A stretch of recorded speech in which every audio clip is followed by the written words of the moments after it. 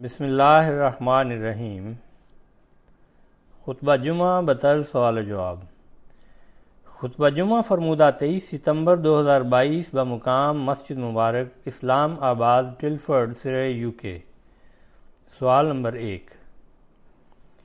حضور انور ایدہ اللہ تعالی بنصر العزیز نے جنگ احد کے بعد ابو سفیان کے آئندہ جنگ کرنے کے وعدہ اور لشکر قریش کی مکہ واپسی کی بابت کیا بیان فرمایا؟ جواب: فرمایا، ابو سفیان جب جنگ احد کے خاتمے کے وقت درے میں تھا اور اس نے کہا آئندہ سال انہی ایام میں بدر کے مقام پر پھر جنگ کا وعدہ رہا، اور آن حضرت صلی اللہ علیہ وسلم نے اسے قبول فرمایا، تو ابو سفیان جلدی سے اپنے لشکر کو لے کر مکہ کی طرف روانہ ہو گیا۔ اس سے آگے کے واقعات حضرت مرزا بشیر احمد صاحب نے یوں بیان کیے ہیں کہ آن حضرت صلی اللہ علیہ وسلم نے مزید احتیاط کے خیال سے فوراً 70 صحابہ رضوان اللہ علیہم کی ایک جماعت، جس میں حضرت ابو بکر رضی اللہ عنہ اور حضرت زبیر رضی اللہ عنہ بھی شامل تھے، تیار کر کے لشکر قریش کے پیچھے روانہ کر دی۔ عام مورخین یوں بیان کرتے ہیں کہ آپ صلی اللہ علیہ وسلم نے حضرت علی رضی اللہ عنہ یا بعض روایات کی روح سے حضرت سعد بن وقاص رضی اللہ عنہ کو قریش کے پیچھے بھجوایا اور ان سے فرمایا کہ اس بات کا پتہ لاؤ کہ لشکر قریش مدینہ پر حملہ کرنے کی نیت تو نہیں رکھتا، اور آپ صلی اللہ علیہ وسلم نے ان سے فرمایا اگر قریش اونٹوں پر سوار ہوں اور گھوڑوں کو خالی چلا رہے ہوں تو سمجھنا کہ وہ مکہ کی طرف واپس جا رہے ہیں، مدینہ پر حملہ آور ہونے کا ارادہ نہیں رکھتے، اور اگر وہ گھوڑوں پر سوار ہوں تو سمجھنا ان کی نیت بخیر نہیں۔ اور آپ صلی اللہ علیہ وسلم نے ان کو تاکید فرمائی کہ اگر قریش کا لشکر مدینہ کا رخ کرے تو فوراً آپ صلی اللہ علیہ وسلم کو اطلاع دی جاوے، اور آپ صلی اللہ علیہ وسلم نے بڑے جوش کی حالت میں فرمایا کہ اگر قریش نے اس وقت مدینہ پر حملہ کیا تو خدا کی قسم ہم ان کا مقابلہ کر کے انہیں اس حملہ کا مزہ چکھا دیں گے۔ چنانچہ آن حضرت صلی اللہ علیہ وسلم کے بھیجے ہوئے آدمی آپ صلی اللہ علیہ وسلم کے ارشاد کے ماتحت گئے اور بہت جلد یہ خبر لے کر واپس آ گئے کہ قریش کا لشکر مکہ کی طرف جا رہا ہے۔ سوال نمبر 2۔ حضور انور ایدہ اللہ تعالی بنصر العزیز نے آن حضرت صلی اللہ علیہ وسلم کی وفات کے بعد حضرت ابو بکر صدیق رضی اللہ عنہ کی حضرت ام ایمن سے ملاقات کی بابت کیا بیان فرمایا؟ جواب: فرمایا، حضرت انس بن مالک رضی اللہ تعالی عنہ نے بیان کیا کہ حضرت ابو بکر صدیق رضی اللہ تعالی عنہ نے رسول اللہ صلی اللہ علیہ وسلم کی وفات کے بعد حضرت عمر رضی اللہ تعالی عنہ سے کہا کہ ہمارے ساتھ ام ایمن کی طرف چلیں، ہم ان کی زیارت کریں جس طرح رسول اللہ صلی اللہ علیہ وسلم ان سے ملنے کے لیے تشریف لے جاتے تھے۔ انہوں نے یعنی حضرت انس رضی اللہ تعالی عنہ نے کہا کہ جب ہم ان کے پاس پہنچے تو وہ رونے لگیں۔ ان دونوں نے کہا کہ آپ رضی اللہ تعالی عنہ کیوں روتی ہیں؟ جو بھی اللہ کے پاس ہے وہ اس کے رسول صلی اللہ علیہ وسلم کے لیے بہتر ہے۔ وہ کہنے لگیں کہ مجھے معلوم ہے کہ جو بھی اللہ کے پاس ہے وہ اس کے رسول صلی اللہ علیہ وسلم کے لیے بہتر ہے، لیکن میں اس لیے روتی ہوں کہ اب وحی آسمان سے منقطع ہو گئی ہے۔ حضرت انس رضی اللہ تعالی عنہ کہتے ہیں کہ ام ایمن نے ان دونوں کو بھی رلا دیا، وہ دونوں بھی ان کے ساتھ رونے لگے۔ سوال نمبر 3۔ حضور انور ایدہ اللہ تعالی بنصرہ العزیز نے صلح حدیبیہ کے موقع پر صحابہ رضوان اللہ علیہم کے اضطراب کی بابت کیا بیان فرمایا؟ جواب: فرمایا، صلح حدیبیہ کے موقع پر جب نبی کریم صلی اللہ علیہ وسلم اور قریش مکہ کے درمیان صلح کا معاہدہ ہو رہا تھا اور ابو جندل کو نبی کریم صلی اللہ علیہ وسلم نے معاہدے کی شرائط کے مطابق واپس کر دیا، تو اس وقت صحابہ رضوان اللہ علیہم بہت جوش میں تھے۔ اس کا تذکرہ کرتے ہوئے حضرت مرزا بشیر احمد صاحب رضی اللہ تعالی عنہ نے لکھا ہے کہ مسلمان یہ نظارہ دیکھ رہے تھے اور مذہبی غیرت سے ان کی آنکھوں میں خون اتر رہا تھا، مگر رسول اللہ صلی اللہ علیہ وسلم کے سامنے سہم کر خاموش تھے۔ آخر حضرت عمر رضی اللہ تعالیٰ عنہ سے نہ رہا گیا، وہ حضرت صلی اللہ علیہ وسلم کے قریب آئے اور کانپتی ہوئی آواز میں فرمایا، کیا آپ صلی اللہ علیہ وسلم خدا کے برحق رسول نہیں؟ آپ صلی اللہ علیہ وسلم نے فرمایا، ہاں ہاں ضرور ہوں۔ حضرت عمر رضی اللہ تعالیٰ عنہ نے کہا کہ کیا ہم حق پر نہیں اور ہمارا دشمن باطل پر نہیں؟ آپ صلی اللہ علیہ وسلم نے فرمایا، ہاں ہاں ضرور ایسا ہی ہے۔ حضرت عمر رضی اللہ تعالیٰ عنہ نے کہا، تو پھر ہم اپنے سچے دین کے معاملہ میں یہ ذلت کیوں برداشت کریں؟ آپ صلی اللہ علیہ وسلم نے حضرت عمر رضی اللہ تعالیٰ عنہ کی حالت کو دیکھ کر مختصر الفاظ میں فرمایا، دیکھو عمر، میں خدا کا رسول ہوں اور میں خدا کی منشا کو جانتا ہوں اور اس کے خلاف نہیں چل سکتا اور وہی میرا مددگار ہے۔ مگر حضرت عمر رضی اللہ تعالیٰ عنہ کی طبیعت کا تلاطم لحظہ بلحظہ بڑھ رہا تھا۔ کہنے لگے، کیا آپ صلی اللہ علیہ وسلم نے ہم سے یہ نہیں فرمایا تھا کہ ہم بیت اللہ کا طواف کریں گے؟ آپ صلی اللہ علیہ وسلم نے فرمایا، ہاں میں نے ضرور کہا تھا، مگر کیا میں نے یہ بھی کہا تھا کہ یہ طواف ضرور اسی سال ہوگا؟ حضرت عمر رضی اللہ تعالیٰ عنہ نے کہا کہ نہیں، ایسا تو نہیں کہا۔ آپ صلی اللہ علیہ وسلم نے فرمایا، تو پھر انتظار کرو، تم انشاءاللہ ضرور مکہ میں داخل ہوگے اور کعبہ کا طواف کرو گے۔ مگر اس جوش کے عالم میں حضرت عمر رضی اللہ تعالیٰ عنہ کی تسلی نہ ہوئی، لیکن چونکہ حضرت صلی اللہ علیہ وسلم کا خاص روب تھا، اس لیے حضرت عمر رضی اللہ تعالیٰ عنہ وہاں سے ہٹ کر حضرت ابو بکر صدیق رضی اللہ تعالیٰ عنہ کے پاس آئے اور ان کے ساتھ بھی اسی قسم کی جوش کی باتیں کی۔ حضرت ابو بکر رضی اللہ تعالیٰ عنہ نے بھی اسی قسم کے جواب دیے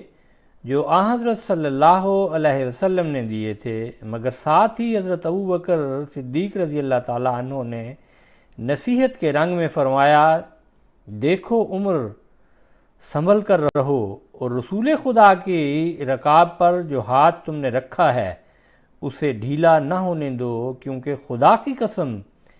یہ شخص جس کے ہاتھ میں ہم نے اپنا ہاتھ دیا ہے بہرحال سچا ہے۔ حضرت عمر رضی اللہ تعالیٰ عنہ کہتے ہیں کہ اس وقت میں اپنے جوش میں یہ ساری باتیں کہہ تو گیا، مگر بعد میں مجھے سخت ندامت ہوئی اور میں توبہ کے رنگ میں اس کمزوری کے اثر کو دھونے کے لیے بہت سے نفلی اعمال بجا لایا، یعنی صدقے کیے، روزے رکھے، نفلی نمازیں پڑھیں اور غلام آزاد کیے تاکہ میری اس کمزوری کا داغ دھل جائے۔ سوال نمبر 4، حضرت مسلم موعود رضی اللہ تعالیٰ عنہ نے حضرت ابو بکر صدیق رضی اللہ تعالیٰ عنہ کے حضرت صلی اللہ علیہ وسلم کے ساتھ عشق کی بابت کیا بیان فرمایا؟ جواب، فرمایا، حضرت مسلم موعود رضی اللہ تعالیٰ عنہ بیان کرتے ہیں کہ حضرت ابو بکر صدیق رضی اللہ تعالیٰ عنہ کا تعلق بھی حضرت صلی اللہ علیہ وسلم سے عشقیہ تھا۔ جب آپ مدینہ میں داخل ہونے کے لیے مکہ سے نکلے تو اس وقت بھی آپ کا تعلق عاشقانہ تھا، اور جب آپ کی وفات کا وقت آیا تو اس وقت بھی تعلق عاشقانہ تھا۔ چنانچہ جب حضرت صلی اللہ علیہ وسلم پر اِذَا جَاءَ نَصْرُ اللَّهِ وَالْفَتْحُ وَرَأَيْتَ النَّاسَ يَدْخُلُونَ فِي دِينِ اللَّهِ أَفْوَاجًا فَسَبِّحْ بِحَمْدِ رَبِّكَ وَاسْتَغْفِرْهُ إِنَّهُ كَانَ تَوَّابًا کی وحی قرآنی نازل ہوئی، جس میں مخفی طور پر آپ صلی اللہ علیہ وسلم کی وفات کی خبر تھی،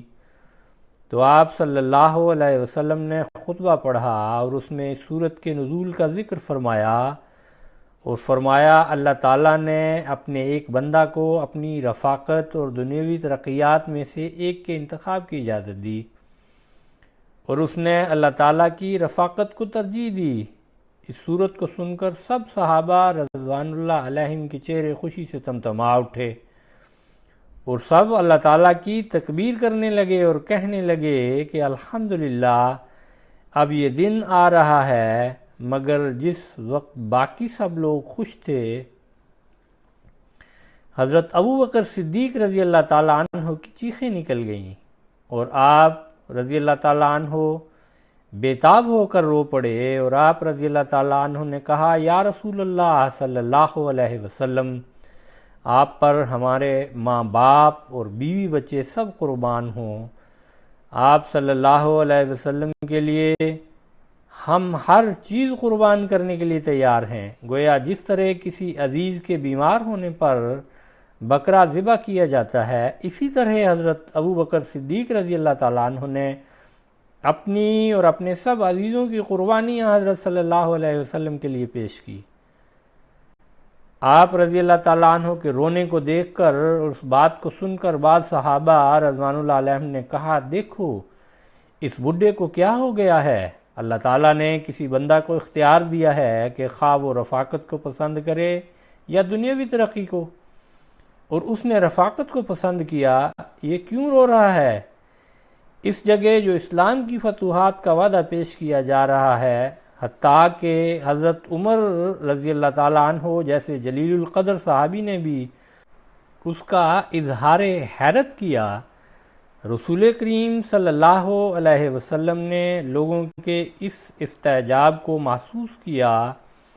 اور حضرت ابو بکر صدیق رضی اللہ تعالیٰ عنہ کی بےتابی کو دیکھا، اور آپ کی تسلی کے لیے فرمایا کہ ابو بکر رضی اللہ تعالیٰ عنہ مجھے اتنے محبوب ہیں کہ اگر خدا تعالیٰ کے سوا کسی کو خلیل بنانا جائز ہوتا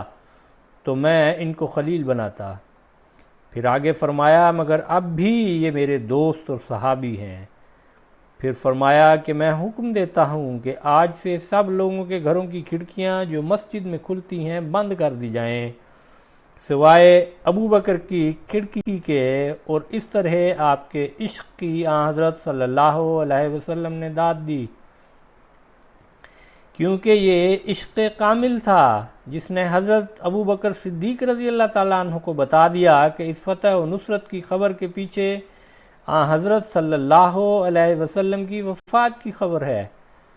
اور آپ رضی اللہ تعالیٰ عنہ نے اپنی اور اپنے سب عزیزوں کی جان کا فدیہ پیش کیا کہ ہم مر جائیں مگر آپ صلی اللہ علیہ وسلم زندہ رہیں۔ رسول کریم صلی اللہ علیہ وسلم کی وفات پر بھی حضرت ابو بکر صدیق رضی اللہ تعالیٰ عنہ نے اعلیٰ نمونہ عشق کا دکھایا۔ غرض حضرت ابو بکر صدیق رضی اللہ تعالیٰ عنہ نے غار ثور میں اپنی جان کے لیے گھبراہٹ کا اظہار نہیں کیا، بلکہ رسول کریم صلی اللہ علیہ وسلم کے لیے کیا، اور اسی لیے اللہ تعالیٰ نے ان کو خاص طور پر تسلی دی۔ ہر مقام پر جہاں بھی اظہار کیا وہاں حضرت صلی اللہ علیہ وسلم کے عشق کی وجہ سے کیا۔ سوال نمبر 5، حضور انور ایدہ اللہ تعالی بنصر العزیز نے حضرت ابو بکر صدیق رضی اللہ تعالیٰ عنہ کی حضرت صلی اللہ علیہ وسلم کی مطابقت کی بابت کیا بیان فرمایا؟ جواب، فرمایا حضرت مسلم موعود رضی اللہ تعالیٰ عنہ فرماتے ہیں کہ رسول کریم صلی اللہ علیہ وسلم کی مطابقت صحابہ رضوان اللہ علیہم جس طرح کیا کرتے تھے اس کا ثبوت حضرت ابو بکر صدیق رضی اللہ تعالیٰ عنہ کے ایک واقعہ سے مل سکتا ہے۔ رسول کریم صلی اللہ علیہ وسلم کی وفات کے بعد جب بعض قبائل عرب نے زکوٰۃ دینے سے انکار کر دیا تو حضرت ابو بکر صدیق رضی اللہ تعالیٰ عنہ ان کے خلاف جنگ کے لیے تیار ہو گئے۔ اس وقت حالت ایسی نازک تھی کہ حضرت عمر رضی اللہ تعالیٰ عنہ جیسے انسان نے مشورہ دیا کہ ان لوگوں سے نرمی کرنی چاہیے، مگر حضرت ابو بکر صدیق رضی اللہ تعالیٰ عنہ نے جواب دیا، ابو قحافہ کے بیٹے کی کیا طاقت ہے کہ اس حکم کو منسوخ کر دے جو رسول کریم صلی اللہ علیہ وسلم نے دیا ہے؟ خدا کی قسم، اگر یہ لوگ رسول کریم صلی اللہ علیہ وسلم کے زمانے میں اونٹ کا گھٹنا باندھنے کی ایک رسی بھی زکوٰۃ میں دیا کرتے تھے تو میں وہ رسی بھی ان سے لے کر رہوں گا اور اس وقت تک دم نہیں لوں گا جب تک وہ زکوٰۃ ادا نہیں کرتے۔ حضرت ابو بکر صدیق رضی اللہ تعالیٰ عنہ نے فرمایا کہ اگر تم اس معاملہ میں میرا ساتھ نہیں دے سکتے تو بے شک نہ دو، میں اکیلا ہی ان کا مقابلہ کروں گا۔ کس قدر اتباع رسول صلی اللہ علیہ وسلم ہے کہ نہایت خطرناک حالات میں باوجود اس کے کہ اکابر صحابہ لڑائی کے خلاف مشورہ دیتے ہیں، پھر بھی رسول کریم صلی اللہ علیہ وسلم کے حکم کو پورا کرنے کے لیے وہ ہر قسم کا خطرہ برداشت کرنے کے لیے تیار ہو جاتے ہیں۔ اسی طرح لشکر اسامہ کو روک لینے کے متعلق بھی صحابہ رضوان اللہ علیہم نے بہت زور لگایا، مگر حضرت ابو بکر صدیق رضی اللہ تعالیٰ عنہ نے فرمایا کہ اگر دشمن اتنا طاقتور ہو جائے کہ وہ مدینہ پر فتح پائے اور مسلمان عورتوں کی لاشیں کتے گھسیٹتے پھریں، تب بھی میں اس لشکر کو جسے رسول کریم صلی اللہ علیہ وسلم نے بھجوانے کے لیے تیار کیا تھا روک نہیں سکتا۔ سوال نمبر 6، حضور انور ایدہ اللہ تعالی بنصر العزیز نے حضرت صلی اللہ علیہ وسلم کی اتباع میں حضرت ابو بکر صدیق رضی اللہ تعالیٰ عنہ کی بابت دنیا سے بیزاری کا کیا واقعہ بیان فرمایا؟ جواب، فرمایا حضرت ابو بکر صدیق رضی اللہ تعالیٰ عنہ صحابہ کرام رضوان اللہ علیہم سے محو گفتگو تھے کہ تھوڑی دیر کے بعد آپ رضی اللہ تعالیٰ عنہ نے اپنے غلام سے کہا کہ پانی پلاؤ۔ غلام کچھ دیر کے بعد مٹی کے برتن میں پانی لایا۔ حضرت ابو بکر صدیق رضی اللہ تعالیٰ عنہ نے اپنے دونوں ہاتھوں سے برتن کو پکڑا اور پیاس بجھانے کے لیے اپنے منہ کے قریب کیا ہی تھا کہ آپ نے دیکھا کہ برتن تو شہد سے بھرا ہوا ہے جس میں پانی بھی ملا ہوا ہے۔ آپ نے وہ برتن رکھوا دیا اور وہ پانی نہیں پیا۔ پھر غلام کی طرف دیکھا اور اس سے پوچھا کہ یہ کیا ہے؟ غلام نے کہا کہ پانی میں شہد ملایا ہے۔ حضرت ابو بکر صدیق رضی اللہ تعالیٰ عنہ برتن کی طرف غور سے دیکھنے لگے۔ چند لمحات ہی گزرے تھے کہ آپ رضی اللہ تعالیٰ عنہ کی آنکھوں سے آنسوؤں کا سیلاب بہنے لگا۔ حضرت ابو بکر صدیق رضی اللہ تعالیٰ عنہ ہچکیاں باندھ باندھ کر رونے لگے۔ روتے روتے آپ رضی اللہ تعالیٰ عنہ کی آواز اور بلند ہو گئی اور آپ رضی اللہ تعالیٰ عنہ پر شدید گریہ طاری ہو گیا۔ لوگ متوجہ ہوئے اور تسلی دینے لگے کہ اے خلیفہ رسول، آپ کو کیا ہو گیا ہے؟ آپ رضی اللہ تعالیٰ عنہ اس قدر شدید کیوں رو رہے ہیں؟ ہمارے ماں باپ آپ پر فدا ہوں، آپ سسکیاں بھر کر کیوں رو رہے ہیں؟ لیکن حضرت ابو بکر صدیق رضی اللہ تعالیٰ عنہ نے رونا بند نہ کیا، بلکہ آس پاس کے تمام لوگوں نے بھی آپ کو دیکھ کر رونا شروع کر دیا اور رو رو کر وہ خاموش بھی ہو گئے۔ لیکن حضرت ابو بکر صدیق رضی اللہ تعالیٰ عنہ مسلسل روتے جا رہے تھے۔ جب آپ کے آنسو ذرا تھمے تو لوگوں نے آپ سے رونے کا سبب پوچھا کہ اے خلیفہ رسول صلی اللہ علیہ وسلم، یہ رونا کیسا ہے؟ آخر کس چیز نے آپ کو رلایا؟ حضرت ابو بکر صدیق رضی اللہ تعالیٰ عنہ نے اپنے کپڑے کے کنارے سے آنسو پونچھتے ہوئے اور اپنے آپ پر قابو پاتے ہوئے فرمایا، میں نبی کریم صلی اللہ علیہ وسلم کے مرض الموت کے ایام میں آپ صلی اللہ علیہ وسلم کے پاس موجود تھا۔ میں نے حضور صلی اللہ علیہ وسلم کو دیکھا کہ اپنے ہاتھ سے کچھ چیز دور کر رہے ہیں، لیکن وہ مجھے نظر نہیں آ رہی تھی۔ آپ صلی اللہ علیہ وسلم کمزور آواز میں فرما رہے تھے کہ مجھ سے دور ہو جاؤ، مجھ سے دور ہو جاؤ۔ میں نے ادھر ادھر دیکھا مگر کچھ نظر نہیں آیا۔ میں نے عرض کیا یا رسول اللہ صلی اللہ علیہ وسلم، میں نے آپ کو دیکھا کہ آپ کسی چیز کو اپنے ہاتھ سے ہٹا رہے تھے جبکہ آپ کے پاس کچھ نظر نہیں آ رہا تھا۔ حضور اکرم صلی اللہ علیہ وسلم نے میری طرف متوجہ ہو کر فرمایا، یہ در حقیقت دنیا تھی جو اپنی تمام آرائش و نعمت کے ساتھ میرے سامنے آئی تھی۔ میں نے اس سے کہا تھا کہ دور ہو جاؤ۔ ایک کشفی کیفیت آپ صلی اللہ علیہ وسلم پر طاری ہوئی تھی،